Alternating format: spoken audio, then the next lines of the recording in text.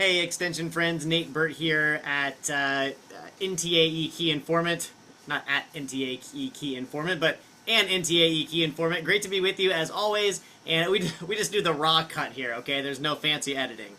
Today's focused video is going to be about executive thought leadership, and what I mean by this is that oftentimes as professionals, I see this in the educational space, I see this in nonprofits, there is such great passion for the work, the impact for clients, that leaders often get buried in the day-to-day of the work, the leadership, the planning, the management, and there is an underinvestment in recognizing and showcasing publicly expertise or that impact that extension can have. And so consequently, when it comes time for securing funding, talking to prospective partners, looking for growth opportunities, there is oftentimes sort of a scramble to pull things together, whereas if there were a more steady stream of thought leadership, whether that's via a platform like Connect Extension, right, where extension professionals come together and share news updates, highlights, things that are having an impact in the world of extension across the country and beyond, or on LinkedIn or other kinds of platforms, again, within the confines of whatever your institution approves of. If more investment was made in that kind of storytelling, sharing the expertise that extension brings, helping take that, science-based, research-based insight into the field in more ways than simply just directly with clients, with more of a, leadership education goal in mind of, again, leaders being other extension professionals, funders, government officials, local leaders in your community. If we focus more on that, then we might have a greater opportunity to build rapport, build trust, build that relationship. And again, extension is an expert at building trust and building relationships. What I'm suggesting is this may be an additional way to share the extension story in a way that's highly relevant, in a way that's going to capture attention, and in a way that allows you to, over the long period, continue to share insights such that you become a trusted expert at an even deeper level.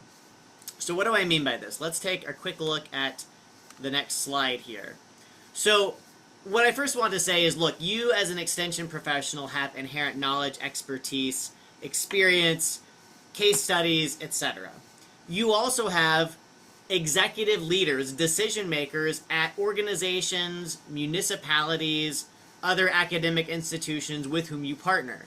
And so those leaders, whether that's the CEO, the executive director, the assistant dean, the city manager, the county council, whatever the case might be, there are all kinds of leadership titles, people in places of authority who make decisions that are also somehow engaged in your network as an extension professional.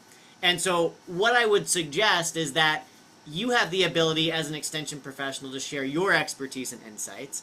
You can also invite other leaders in your network to share their experiences that overlap with your mandate as an extension professional. So what do I mean by this? Well, let's say, for example, that you are working on disaster preparedness in your local community. Let's say you're in a mid-sized city.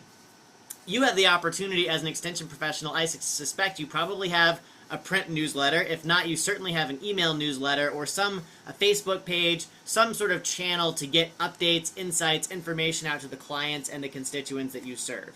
What if you were to post a weekly commentary on a specific issue? Again, not giving your opinion per se, but helping maybe give some more color commentary or insights or perspective on a topic that's top of mind for many people in your community, right? And not just to your average client or maybe citizens of your town or residents of your town who maybe many of them you won't ever directly interact with, but perhaps actually designing the stories that you're telling, the insights you're sharing for other decision makers, right? People who have budgets, people who have influence, people who have authority, people who either actively are partners of yours or might be partners in the future, really writing or speaking, recording videos specifically for that audience, right? Really informing them and equipping them with knowledge, education, resources, insights based on extension knowledge and expertise, but framed in such a way that's immediately relevant for them. In addition to yourself as that thought leadership executive expert, you might also invite the mayor, for example, if you have a great relationship there, or maybe the head of the health department, or a local business owner who's very engaged and passionate and maybe volunteers or invests in this issue on the side of disaster preparedness. They really feel passionately. Maybe they come from a family of firefighters or emergency responders or whatever. Inviting those people to share your platform. So maybe they provide a guest article, maybe they record a 2-minute video talking about maybe a tip or an area of expertise they have that could benefit the community at large, and using your extension newsletter, print, email, Facebook page, an event you're hosting to share their insights, right? So it is both, and again, I know you have to be careful about these kinds of things, right? You don't want to be endorsing fringe ideas. You may have specific policies at your institution that prohibit this, but to the degree that it's possible to begin sort of sharing a community of ideas with other leaders, right, for the purpose of influencing people who might later be partners or who could invest or put together a proposal for a funding opportunity, whatever the case might be. Thinking about ways to use leaders in your network to speak to other leaders in a way that builds momentum and progress toward programs or work that you are initiating. So once you recognize the value of that perspective, expertise, and leadership, and I apologize if the screen is weird, it looks like maybe my internet connection is not great today. The second piece is to know how to find the executive leaders of influence in your network, right? So you probably have a short list already. It might be beneficial to brainstorm other names and different kinds of institutions, right? Civic functions, volunteerism, nonprofits, businesses, any sort of stakeholder that's part of your extension network. Identify who are those leaders that could add value, add to the conversation that's happening in my community about disaster preparedness, nutrition, whatever the issues you focus happen to be. Next, identify specific messages. So actually providing, as an extension professional, some coaching to those leaders. What do I want you to talk about? Why am I extending this invitation to write an article, record a video, speak at an event? Help them craft the message so that they can feel confident and sharing those insights, again, that align with extension's goals and objectives.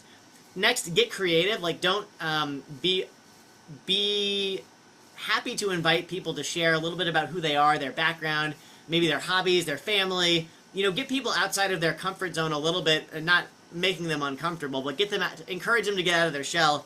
And because there's so much, again, I love artificial intelligence. I think there's a lot of opportunities there. There's also a lot of slop and just junk content on the internet. And allowing people to speak from the heart, to be a little original, to be creative in how they're sharing their story and their insights, their expertise, will really stand out in a sea of white noise.